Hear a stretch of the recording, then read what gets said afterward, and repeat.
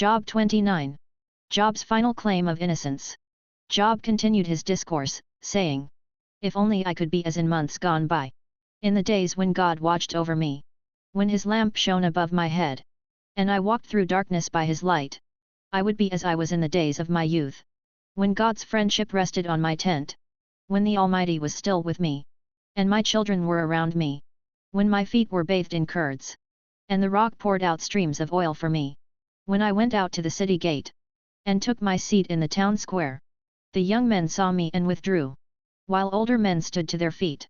City officials stopped talking, and covered their mouths with their hands. The noblemen's voices were hushed, and their tongues stuck to the roof of their mouths. When they heard me, they blessed me, and when they saw me, they spoke well of me. For I rescued the poor who cried out for help, and the fatherless child who had no one to support him.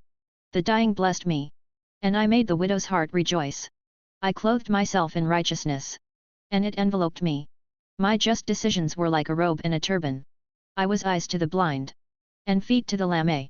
I was a father to the needy, and I examined the case of the stranger. I shattered the fangs of the unjust, and snatched the prey from his teeth.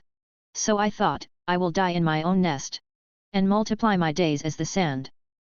My roots will have access to water, and the dew will rest on my branches all night. My whole being will be refreshed within me, and my bow will be renewed in my hand. Men listened to me with expectation, waiting silently for my advice. After a word from me they did not speak again. My speech settled on them like dew.